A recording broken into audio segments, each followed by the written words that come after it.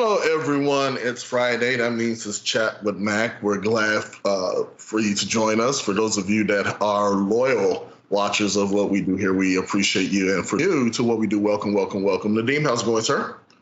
Oh, going great. How are you?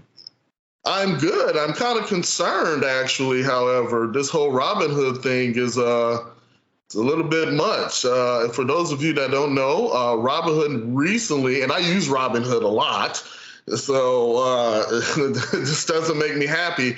But Robinhood recently revealed that they had a hackers, of course, breach their information there, and thousands of phone numbers and other information were obtained. So, good Lord, this is not a good thing.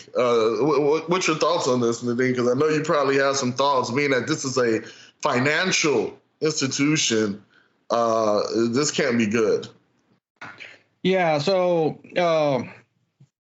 Robinhood had a breach along with a few other entities out there, but there was some interesting personal information that kind of got breached. Yeah.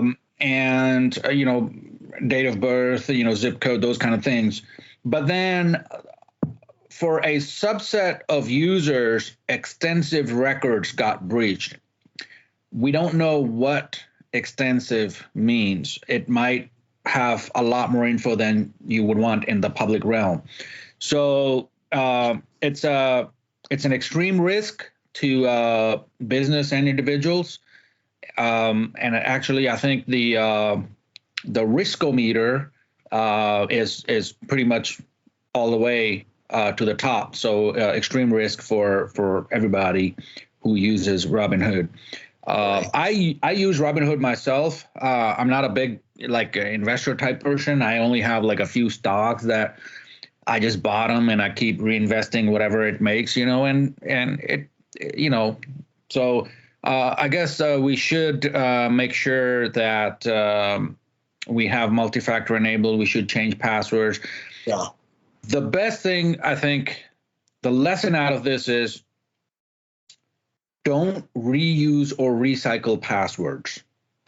Guilty. I know it's easy. A lot of people do it, and I've done it myself. But yeah, don't recycle password, because what happens is let's say if you used Robinhood along with, you use the same password at a few other places, and if Robinhood gets breached, they have your email and then they have your password. Well, the bad guys are going to try those credentials that they have, and if the email is good, the system might come back and say invalid password, or it might just let them in. So it makes it easier for the bad guys to break in if you're sharing or recycling passwords. So recycling is not good when it comes to password. You don't want to do it. Now besides that, Mac, I do see that there were some other entities out there that got breached. So there was an account takeover at the FBI, which is all. Yeah, it's a significant risk to business, and this was an account takeover at the FBI. So, I mean, basically, the bad guys just took over a compromised account, and they started phishing, some high. What they call whales. I think they said Jay-Z was one of the guys targeted. But the thing is that it's happening. I mean, look, if it can happen at the FBI, it can happen anywhere. Right? I mean, it's there's and then Robinhood, FBI, if these kind of entities cannot prevent stuff like this from happening, and these guys have huge budgets, then that really doesn't leave any hope for small business, does it? I swear, you would think it's just a common sense deductive reasoning, if you will, that some people's like, whoa, the FBI and Robinhood, so my little 20, 30 user account that I don't think anything about, but can put me under, which has been proven that smaller businesses get hit hard when they're hacked. My first inkling is, well, what do I need to do? I would think, what do I need to do to make sure this doesn't happen to me? But, So, so one of the things that I'm noticing is there is a lot more awareness now than it was, just a little bit ago. But awareness comes in multiple forms. One, of course, is that people themselves, the decision makers in a company themselves are aware that they need to do certain things to keep their customer data safe. Right. But then the other side is a lot of these companies are getting pushback from their vendors and their clients, where they are requiring them to have certain base level security measures in place. And if you don't have it, they don't want to do business with you. They put red flags. They're like, no, fix these things, and then we'll consider doing business with you. Same thing I'm seeing from insurance providers, cyber insurance providers, cyber coverage. They're doing the same thing. They're like, unless you have this baseline in place, we're not going to bind coverage for you. So I think we are getting pretty close to where there will be some kind of baseline requirements coming from the government for small business.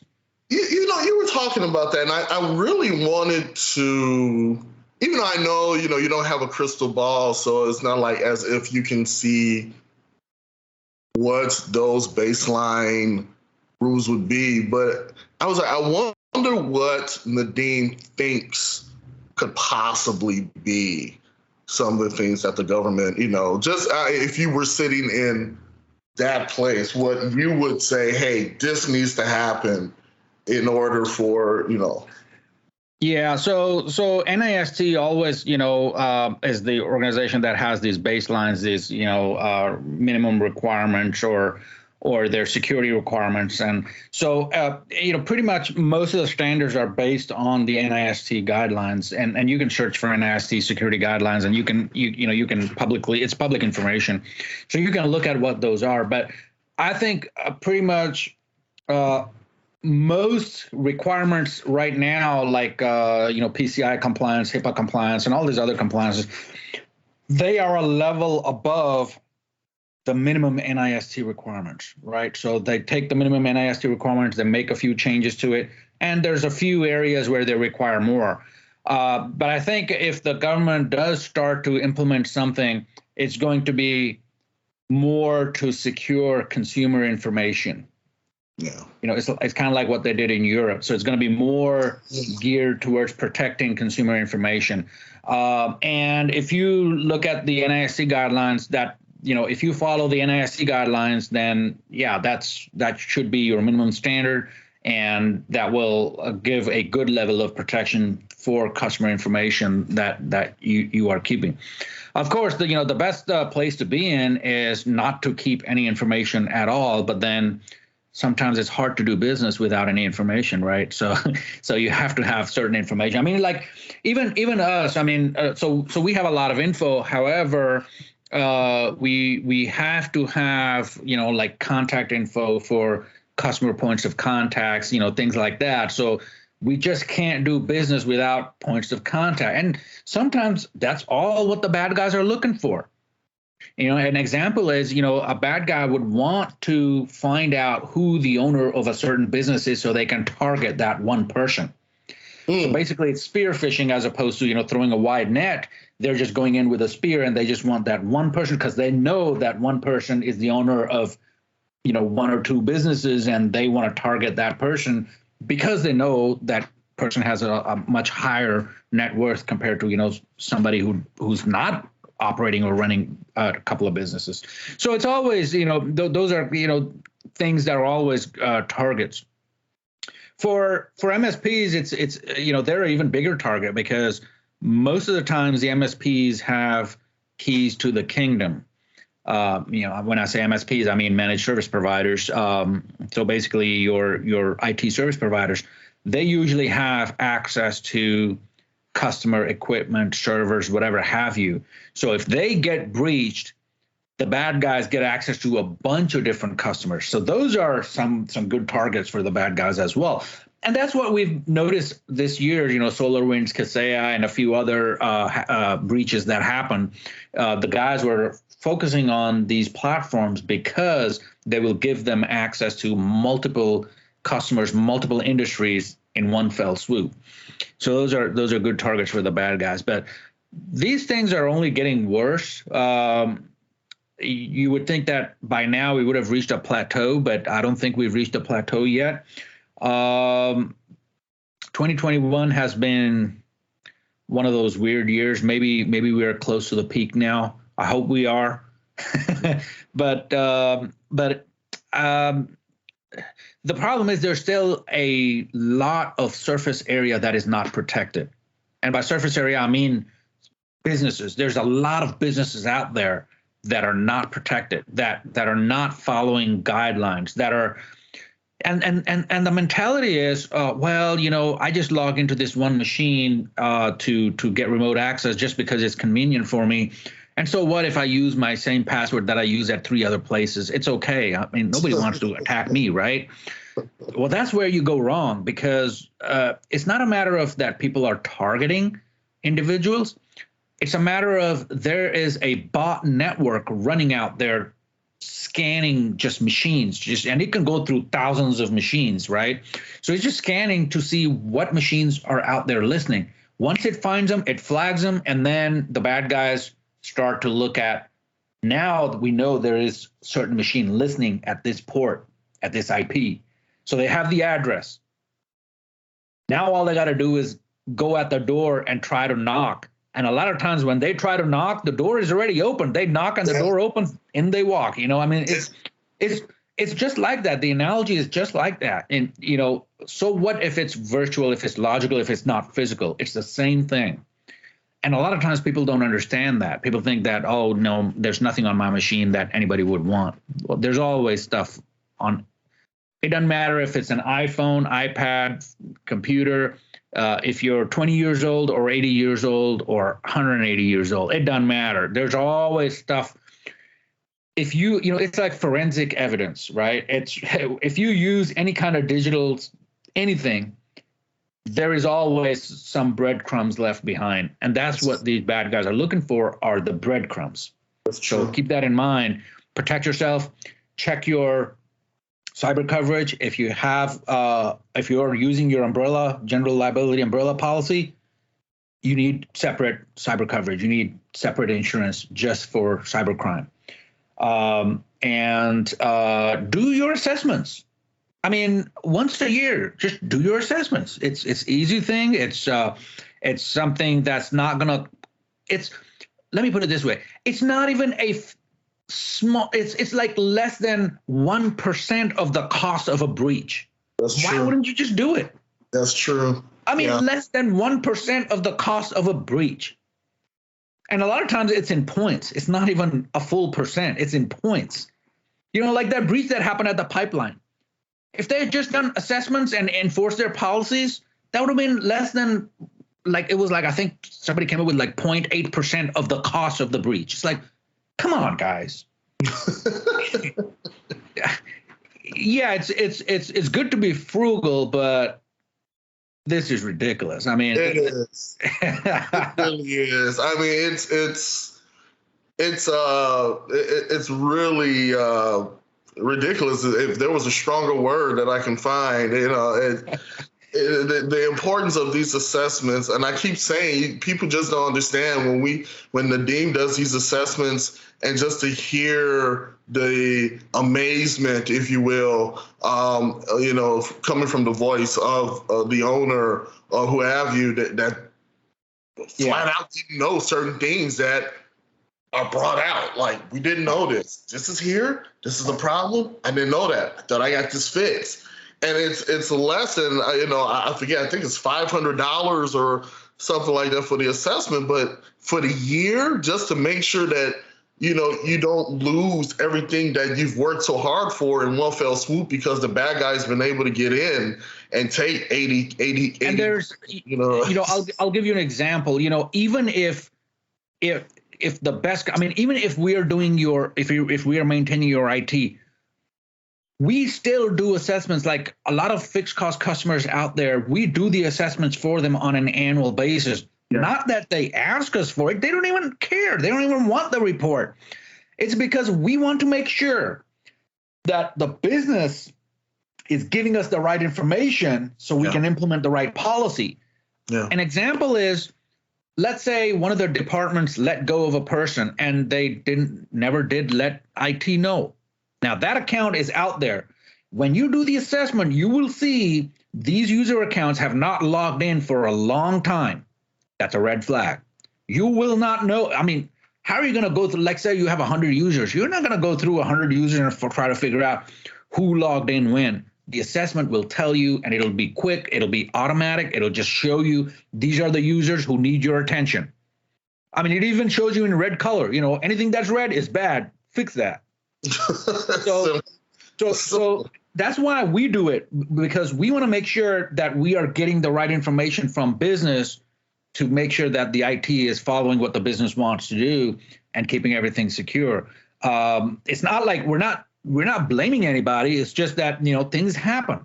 Life is complex. Stuff happens. And the assessment is just to check behind ourselves whether we are leaving a dirty mess or whether we're leaving everything clean. I always recommend doing a few baseline things, putting a few baseline things in place. But no matter how many baselines you put in place, unless you are measuring that, you cannot control it. So the assessment is the measuring, it's the yardstick, it's how you measure how good your security is. And if you can't measure it, you cannot control it. So I don't know who said that. It's a famous quote from somebody. I can't remember. But if you cannot measure something, then you cannot control it.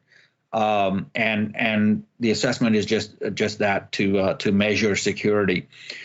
So everybody, be mindful. There's a lot of breaches going on. There's a lot of hacks going on, especially a lot of targets on small to medium-sized businesses.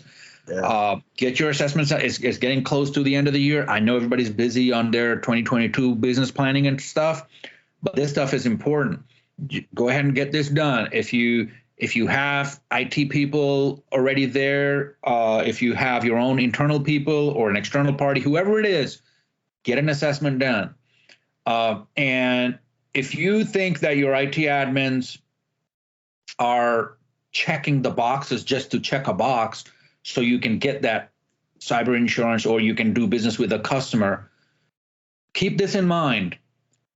If you just check a box and it's not true, and then a breach occurs, nobody's going to want to pay what they owe you. So it's going to be a big problem. And we've seen companies where if they're, when there is a breach, that their customers will sue them for lost business because their breach, this is an example here, their breach prevented them from sending raw materials that they promised to their customers. So now their customers suing them that we lost so much business because you did not keep your end of the bargain up. Think about that. Sometimes it just boggles the mind. It's like, wait a minute. I was going to provide you, let's say bricks to make a house and I didn't provide you the bricks on time because we got breached. We had a big problem here. It's even a bigger problem now because not only that you have to contain the breach, but now your customers are suing you because you did not keep your end of the bargain up. You did not deliver those bricks. And now their customers are pissed off at them because buildings are not being built because you didn't supply the bricks that you promised you would. So it's a domino effect, and you don't want to be under one of these dominoes when it falls. Yeah, it's crucial. It's important. Let's just do it. And with that, I think we'll call it. Mac, it's Friday. It's a long week for me, but everybody, if you have any questions around this, feel free to reach out to us. And one of the things I want to put the question out there is, I got a request to do more videos on just doing some, basic stuff on computers, like so people can keep their home or personal machines running in tip-top shape. If there's interest, we'll make a few, maybe not even videos. Maybe we'll just do like an article, write down an article or something.